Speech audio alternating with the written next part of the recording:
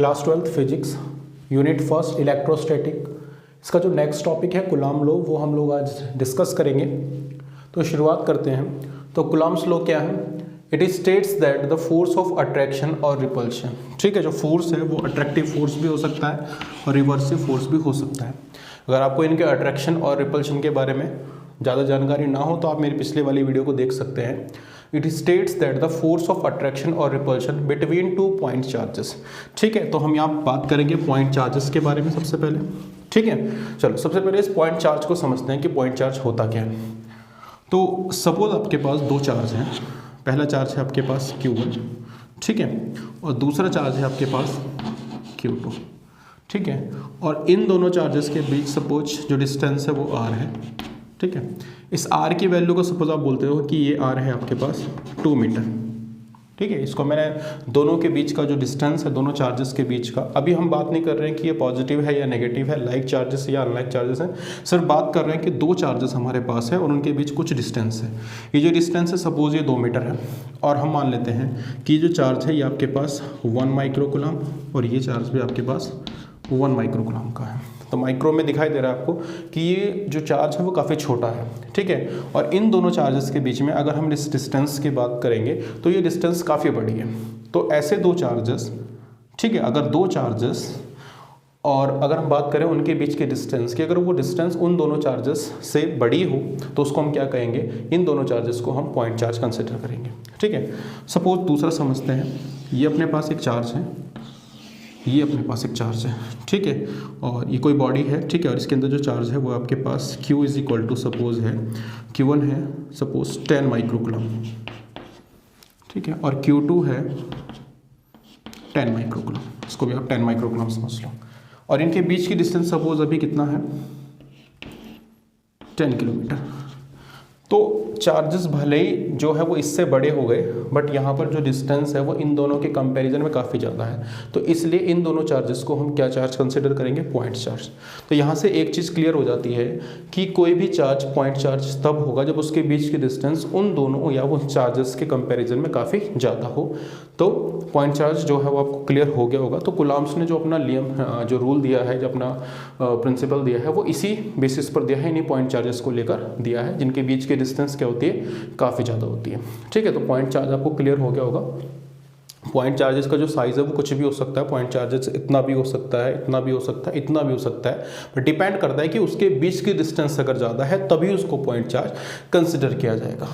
तो कूलॉम ने क्या कहा अपने नियम के according? It states that the force of attraction और रिपल्शन। अच्छा, ये फोर्स अट्रैक्शन कब होगा या फोर्स रिपल्शन कब होगा वो भी हम बात कर चुके हैं, एक बार दोबारा बात कर लेते हैं। अगर ये दोनों के दोनों चार्जेस क्या होते हैं? पॉजिटिव होते हैं। तो इस वाली कंडीशन में इस चार्ज की वजह से इस चार्ज पर एक फोर्स लगता है जिसकी डायरेक्शन बाहर की तरफ होती है। और अगर आपके पास ये भी पॉजिटिव ये भी पॉजिटिव तो इस पर भी इसकी वजह से क्या लगेगा? एक चार्ज लगेगा जिसकी डायरेक्शन जो होगी वो बाहर की तरफ होगी, क्योंकि दोनों के दोनों लाइक चार्जेस हैं और लाइक चार्जेस क्या करते हैं? एक दूसरे को रिपेल करते हैं। सपोज ये चार्ज आपके पास पॉजिटिव है और ये चार्ज आपके पास नेगेटिव है, तो इनमें क्या होता? अंदर की तरफ एक फोर्स लगता, इस पर इसकी वजह से और इस पर इसकी वजह से एक फोर्स लगता जिसकी डायरेक्शन जो होती वो कहाँ होती? वो अंदर की तरफ होती। तो इस केस में हम कहेंगे कि ये जो चार्ज होगा ये अट्रैक्शन लग रहा होगा इनके बीच में, और इस समय इनके बीच में क्या लग रहा होगा? इस समय अट्रैक्शन लग रहा होगा और इस समय क्या लग रहा होगा? रिपल्शन लग रहा होगा। तो it states that the force of attraction और repulsion between any two point charges is directly proportional to the product of the charges, ठीक है। अच्छा, इस बात को समझते हैं क्या है। ये जो फोर्स है आपके पास, जो ये फोर्स लग रहा है दोनों तरफ, यहाँ पर फोर्स लग रहा है या फिर यहाँ पर फोर्स लग रहा है, दोनों ही फोर्स बराबर होंगे, इक्वल होंगे और अपोजिट होंगे। तो कूलॉम ने क्या कहा कि ये जो फोर्स होता है ये फोर्स इन दोनों चार्जेस यानी Q1 और दूसरा है आपके पास Q2, दोनों के मल्टीप्लिकेशन के इन्वर्सली प्रोपोर्शनल होता है। ये जो फोर्स होता है ये इन दोनों चार्जेस के मल्टीप्लिकेशन के इन्वर्सली प्रोपोर्शनल होता है। ये हो गई हमारी इक्वेशन फर्स्ट। फोर्स जो आपका कूलॉम का जो पहला स्टेटमेंट है उसके according the force of attraction और रिपल्शन। अच्छा, ये फोर्स अट्रैक्शन भी हो सकता है और रिपल्सिव भी हो सकता है। अट्रैक्शन होगा इस केस में और रिपल्सिव होगा इस केस में, किसी भी तरह से वो लग सकता है। वो डिपेंड करता है कि इन दोनों चार्जेस को हम कैसे ले रहे हैं, ये पॉजिटिव है या फिर नेगेटिव है। ठीक है, तो गुलाम ने पहली बात कही। अच्छा, यहाँ पर ये मोड लगाया हुआ है दोनों के बीच में। अब आप देख रहे हैं कि ये जो चार्ज है ये नेगेटिव भी हो सकता है और पॉजिटिव भी हो सकता है।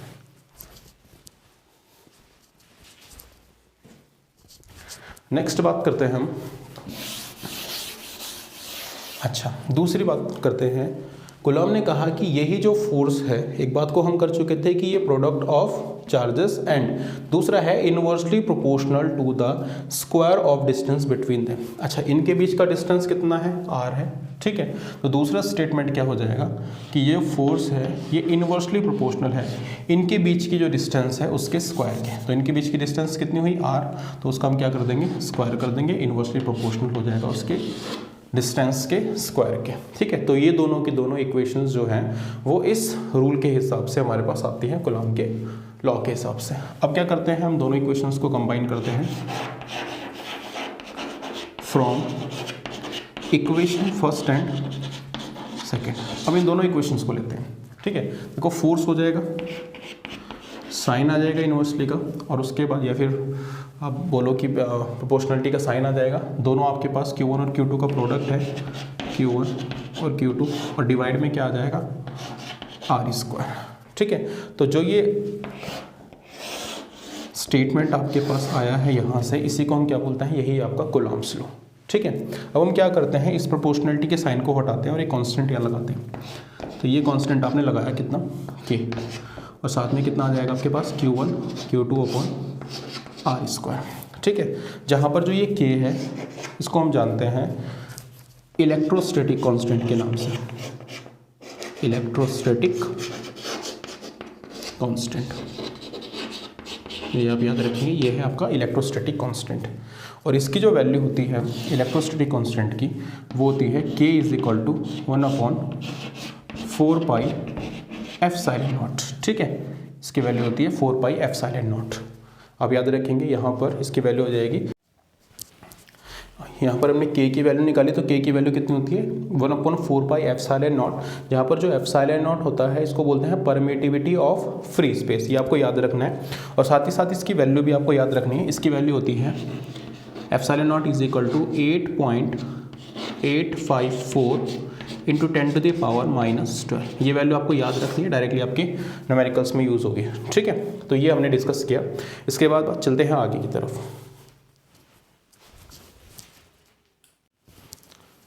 तो हम बात कर चुके थे कि हमारे पास जो फोर्स आ चुका था वो आ गया था 1/4 pi epsilon not Q1 Q2 upon r square. ये हमारा कूलॉम्स का लॉ है। ठीक है, अब हम बात करते हैं कि ये जो एप्सिलॉन नॉट है इसकी वैल्यू भी मैंने आपको बताई थी। एप्सिलॉन नॉट ये होती है 8.854 इंटू 10⁻⁻²। अब इसकी यूनिट भी निकालेंगे, वो मैं आपको बताऊंगा नेक्स्ट वीडियो में। ठीक है, नेक्स्ट सेक्शन में हम उसको पढ़ेंगे। ये हो जाएगा 8.854 इंटू 10⁻⁻²। इसको बोलते हैं हम permittivity of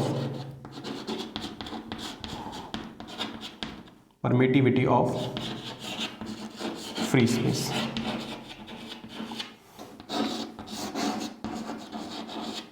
permittivity of free space से आपको क्लियर हो गया होगा। ठीक है, अब हम क्या करते हैं, ये हमारे पास पूरा k है, k को उठाते हैं यहाँ से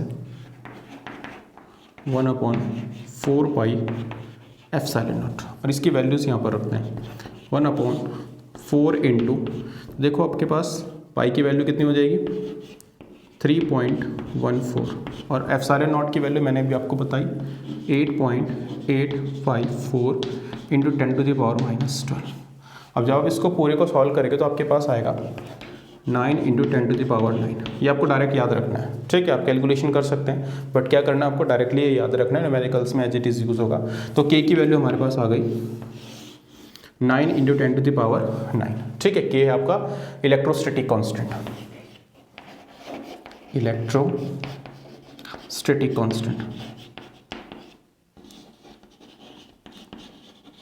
इलेक्ट्रोस्टैटिक कांस्टेंट। ठीक है, अच्छा अब ये वैल्यू हम यहाँ रख सकते हैं, तो F इज इक्वल टू कितना हो जाएगा 9 इंटू 10⁻⁹, साथ में Q1 Q2 upon r square. तो ये भी क्या हो जाएगा आपके पास कूलॉम का लॉ हो जाएगा। डायरेक्टली न्यूमेरिकल्स में आपके पास क्या होगा, ये चार्जेस गिवन होंगे और आपके पास उनके बीच का डिस्टेंस गिवन होगा, तो आप ये वाला फॉर्मूला लगा कर क्या कर सकते हैं, इसको इजीली फाइंड कर सकते हैं। ये जो फोर्स है ये अट्रैक्शन या अट्रैक्टिव फोर्स भी हो सकता है और रिपल्शन फोर्स हो सकता है, वो डिपेंड करता है कि ये किस तरह के चार्जेस से मिलकर बना हुआ है।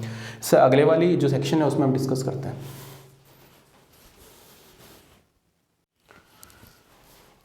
अभी नेक्स्ट सेक्शन में हम डिस्कस करते हैं यूनिट एंड डायमेंशंस ऑफ के एंड एप्सिलॉन नॉट। के जो हो जाएगा आपका इलेक्ट्रोस्टैटिक कांस्टेंट और जो एप्सिलॉन नॉट है वो है आपका परमिटिविटी ऑफ फ्री स्पेस। ठीक है, तो सबसे पहले हम के को डिस्कस करते हैं। देखो के आपके पास फॉर्मूला आया था F इज इक्वल टू के Q1 Q2 upon are square. ये हमारे पास फॉर्मूला आया था यहाँ से, तो हमें के की डायमेंशंस भी निकालनी और यूनिट भी निकालनी। तो के की वैल्यू निकालते हैं। देखो आर जो है यहाँ मल्टीप्लाई हो जाएगा एफ के साथ में, एफ आर स्क्वायर अपॉन, और वहाँ से Q1 Q2 यहाँ डिवाइड में आ जाएगा, तो साथ में हो जाएगा आपके पास के। ठीक है, अब हम यहाँ से ईजिली के की क्या निकाल सकते हैं, यूनिट निकालते हैं। देखो के की यूनिट निकालेंगे तो सबसे पहले एफ की क्या उतनी हो जाएगी, न्यूटन। न्यूटन के बाद क्या हो जाएगा आपके पास, आर का स्क्वायर यानी हो जाएगा आपके पास मीटर स्क्वायर। नीचे कितना हो जाएगा, देखो Q1 Q2। Q जो होती है, कल मैंने आपको बताया था कि इसकी यूनिट होती है C, और दूसरा आपके पास इस C की हो जाएगी, इस Q की भी हो जाएगी C, तो आ जाएगा आपके पास न्यूटन मीटर स्क्वायर पर कूलम्ब स्क्वायर। तो K की आपके पास यूनिट ये। अब हम बात करते हैं इस K के डायमेंशन के बारे में कि इसकी डायमेंशन क्या होगी। ठीक है, देखो इसकी डायमेंशन क्या कितनी हो जाएगी, के डायमेंशंस निकाल रहे हैं। देखो सब यहाँ से निकालेंगे, आप यूनिट से निकाल सकते हैं। सबसे पहले न्यूटन, न्यूटन यानी फोर्स की कितनी होती है, mLT-2। ठीक है, ये आपने निकाल दी। उसके बाद कितना हो जाएगा, मीटर स्क्वायर। मीटर यानी आप इसके रखेंगे L का स्क्वायर, डिवाइड में कितना है, कूलम्ब स्क्वायर। कूलम्ब किसकी होती है, चार्ज की, और चार्ज को आप कितना लिखेंगे, 80, ऊपर लगा देंगे स्क्वायर। देखो आप निकाल सकते हैं क्यू की, आप निकाल सकते हैं Q इज इक्वल टू कितना होता है आपके पास, I इंटू टी, क्योंकि आपके पास I कितना था, Q अपॉन टी। यहाँ से आप Q की वैल्यू निकालोगे I इंटू टी, और I होता है आपके पास A एम्पियर और T होता है कैपिटल T। तो यहाँ से Q की कितनी हो जाएगी आपके पास, 80। ये T आप यहाँ रख दोगे, ऊपर स्क्वायर हो जाएगा क्योंकि कूलम्ब का स्क्वायर था। तो आप M तो आपके पास एक ही दिखाई दे रहा, तो M हो गया। उसके बाद L कितना है, एक L ये है और 2 L यहाँ से है, तो कितना हो जाएगा L, 3। T आपके पास कितना है, -2, और यहाँ से ये वाला T का स्क्वायर है, ये जब ऊपर जाएगा तो कितना हो जाएगा, नेगेटिव हो जाएगा, -2 और -2 कितना हो जाएगा, -4। उसके बाद कितना हो जाएगा आपके पास A केवल आपको यहाँ दिखाई दे रहा है, तो ये +K2 है, ऊपर जाएगा तो -K2 हो जाएगा, तो यहाँ से आप लिख दोगे -2। तो ये आ जाएगी आपके पास जो इलेक्ट्रोस्टैटिक कांस्टेंट होता है के, उसकी यूनिट, उसकी डायमेंशन, और यूनिट हो जाएगी न्यूटन मीटर स्क्वायर पर कूलम्ब स्क्वायर। नेक्स्ट हम बात करते हैं परमिटिविटी ऑफ फ्री स्पेस, इसकी यूनिट के बारे में। ठीक है, तो एप्सिलॉन नॉट जो होता है आप यहाँ से देख सकते हैं, कल मैंने आपको बताया था या इससे पहले वाले सेक्शन में आपने डिस्कस किया था कि के इज इक्वल टू होता है 1/4 पाई एप्सिलॉन नॉट। ठीक है, अगर हम बात करते हैं, देखो 4 कांस्टेंट है, पाई कांस्टेंट हो जाएगा, तो हम डायरेक्टली क्या बोल सकते हैं कि के कितना हो जाएगा, 1/एप्सिलॉन नॉट। इनकी आप कोई भी यूनिट नहीं रखोगे तो एप्सिलॉन नॉट की यूनिट हम इजीली निकाल सकते हैं। तो यहाँ से एप्सिलॉन नॉट कितना हो जाएगा, 1/k। यानी आप सिंपल बस अब क्या कीजिए, के की जो यूनिट है वो यहाँ पर रखिए और इजीली आपको एप्सिलॉन नॉट की यूनिट मिल जाएगी। के की यूनिट आपके पास आई न्यूटन मीटर स्क्वायर पर कूलम्ब स्क्वायर। तो बस अब क्या हो जाएगा, कूलम्ब घूमकर ऊपर आ जाएगा, तो कितना हो जाएगा, coulomb square upon newton metre square. ठीक है, तो ये किसकी, एप्सिलॉन नॉट की यूनिट हो जाएगी। और इसी से आप क्या कर सकते हैं, इसके डायमेंशंस निकाल सकते हैं। तो इस बार इसकी डायमेंशंस निकालते हैं, तो कितनी हो जाएगी डायमेंशंस। सबसे पहले हम रखेंगे कूलम्ब यानी 80, इसका स्क्वायर अपॉन कितना हो जाएगा, न्यूटन आपके पास कितना हो जाएगा, mLT-2, साथ में आपके पास कितना हो जाएगा, मीटर स्क्वायर यानी L स्क्वायर। तो ये कितना हो जाएगा, देखो A का स्क्वायर हो जाएगा, साथ में T का स्क्वायर हो जाएगा, यहाँ से M ऊपर जाएगा तो -1 हो जाएगा, L जो है आपके पास क्यूब लेकर ऊपर जाएगा, और T जो है ये -2 है, ऊपर जाएगा तो +2 हो जाएगा। कुल मिलाकर आप ये लिख देंगे, सबसे पहले M आ जाएगा, तो M कितना हो जाएगा, -1, उसके बाद L -3, और देखोगे T +4 हो जाएगा, +2 और +2 और ये हो जाएगा आपके पास। तो आप देख रहे हैं कि इसकी डायमेंशंस आ जाएगी बिल्कुल जो आपका k है उसके जस्ट अपोजिट है, m-1, l-3, t जो है वो +k है और ab जो है वो +k है। ठीक है, तो आपसे एग्जाम में पूछ सकता है जो permittivity of free space epsilon not है और साथ ही साथ जो आपके पास इलेक्ट्रोस्टैटिक कांस्टेंट k है, इनकी डायमेंशंस के बारे में और इनकी यूनिट के बारे में। मिलते हैं अगले सेक्शन में।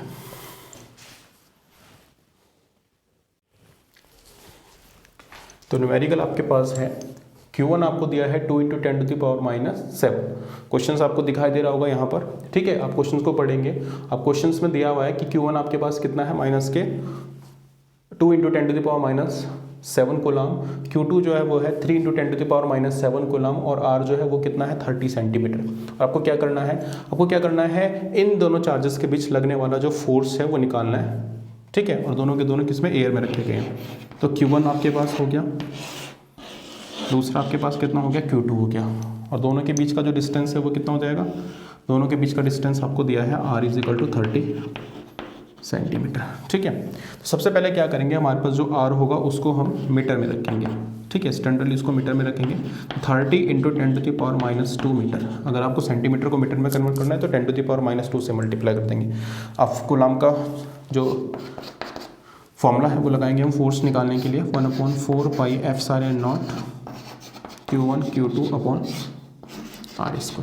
आपके पास 1/4πε0 की वैल्यू है जो आपने कल कैलकुलेट की थी, 9 × 10⁹ इंटू फर्स्ट चार्ज आपके पास Q1 हो जाएगा 2 × 10⁻⁷, उसके बाद हो जाएगा 3 × 10⁻⁷ और डिवाइड में कितना आ जाएगा, R का स्क्वायर। और R कितना है आपके पास, आप सेंटीमीटर में नहीं रखोगे, मीटर में रखोगे जो आपने कन्वर्ट किया है, 30 × 10⁻² का स्क्वायर। बस अब क्या करना है, अब आप इसको सॉल्व करेंगे। तो सॉल्व करेंगे तो कितना हो जाएगा, देखो 10⁻⁷ है और 10⁻⁷ है। ठीक है, कितना हो जाएगा, 10⁻⁻14 हो जाएगा। इसको इधर सॉल्व करते हैं, 9 इंटू उसके बाद 2 3 जा 6 इंटू 10⁻⁻14 ये हो गया, और आपके पास +9 ये है, तो आपके पास कितना बचेगा, -5 अपॉन में कितना हो जाएगा, 30 का स्क्वायर करोगे तो 900 इंटू 10⁻⁻ कितना हो जाएगा, -4। ठीक है, यहाँ से आप इसको करेंगे तो ये 100 टाइम्स चला जाएगा, तो आपके पास हो जाएगा 6 × 10⁻⁻5 100 इंटू 10⁻⁻4 हो जाएगा 6 × 10⁻⁻5 इंटू, देखो ये आपके पास +2 है और ये -4 है, तो आपके पास -2 नीचे बचेगा, वो ऊपर जाएगा तो ऊपर जाकर कितना हो जाएगा, +2। तो यहाँ से आप लिख सकते हैं 6 × 10⁻³ न्यूटन। तो इन दोनों चार्जेस के बीच लगने वाला जो फोर्स है वो हो जाएगा 6 × 10⁻³ न्यूटन। ठीक है, यूनिट आप जरूर लगाएंगे। चलते हैं अगले क्वेश्चन की तरफ। नेक्स्ट क्वेश्चन हमारे पास है, ठीक है, हमें दो चार्ज दिए हैं, Q1 अपने पास 0.4 माइक्रोकूलम और Q2 है -0.8 माइक्रोकूलम, और इनके बीच लगने वाला जो फोर्स है वो है 0.2 न्यूटन। हमें क्या करना है, दोनों के बीच का डिस्टेंस निकालना है। क्वेश्चन आपको क्लियर दिखाई दे रहा होगा, इधर आप क्वेश्चन पढ़ेंगे और उससे जो डाटा है वो आप यहाँ पर सबसे पहले डाटा को नोट करेंगे। ठीक है, अच्छा हम क्या करेंगे, सबसे पहले अपने को क्या दिया है, माइक्रोकूलम में दिया हुआ है, तो हम इसको सबसे पहले कूलम में कन्वर्ट करेंगे। तो माइक्रोकूलम को कूलम में कन्वर्ट करने के लिए हम क्या करेंगे, कितने से मल्टीप्लाई, 10⁻⁻6 से मल्टीप्लाई। तो Q1 हमारे पास हो जाएगा 0.4 × 10⁻⁻6 कूलम। सबसे पहला काम हमें यही करना है, उसको कूलम में कन्वर्ट कर लेना है। एज इट इज़ Q2 कितना हो जाएगा हमारे पास, -0.8 × 10⁻⁻6 कूलम। अच्छा, दोनों के बीच का फोर्स न्यूटन ठीक है अपनी जगह, और हम क्या करेंगे, अब इसमें कूलम का लॉ लगाएंगे। तो कितना होता है, F = 9 × 10⁻9 इंटू Q1 की वैल्यू रखेंगे कितना, 0.4 × 10⁻6 इंटू दूसरा। अच्छा, यहाँ पर आप वैल्यू जो है वो नेगेटिव में नहीं रखोगे क्योंकि यहाँ पर मोड लगा हुआ होता है, मैंने आपको स्टेटमेंट में पहले ही क्लियर किया था। तो ये हो जाएगा 0.8 × 10⁻6। ठीक है, क्योंकि वो तो किसी भी तरह के चार्जेस। अच्छा, इसका क्या मतलब है, इसका मतलब है अगर आपके पास पहला चार्ज पॉजिटिव है और दूसरा चार्ज नेगेटिव है तो इनके बीच का इसका मतलब क्या लग रहा है, अट्रैक्शन फोर्स लग रहा है। तो आपसे पूछ भी सकता है कि इनके बीच जो फोर्स लगेगा वो कैसा होगा, तो दोनों के बीच में क्या लगेगा, अट्रैक्टिव फोर्स लग रहा होगा।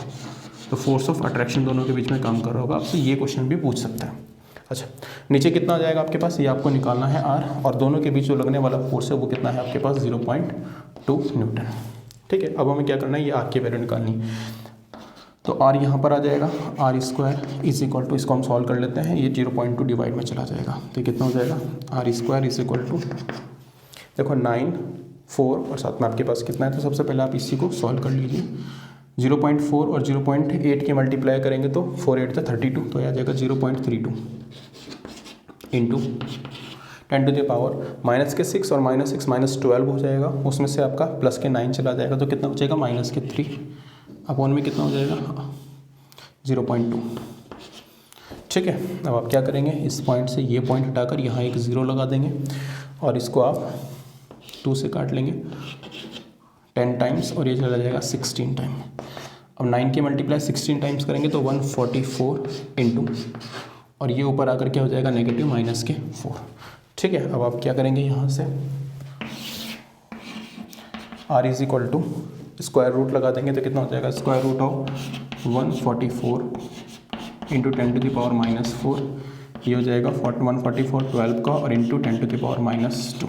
ठीक है, और ये हो जाएगा आपका किस में, मीटर में। तो आपके पास जो दोनों के बीच का डिस्टेंस है वो कितना हो जाएगा, 12 into 10 to the power -12 -2 metre.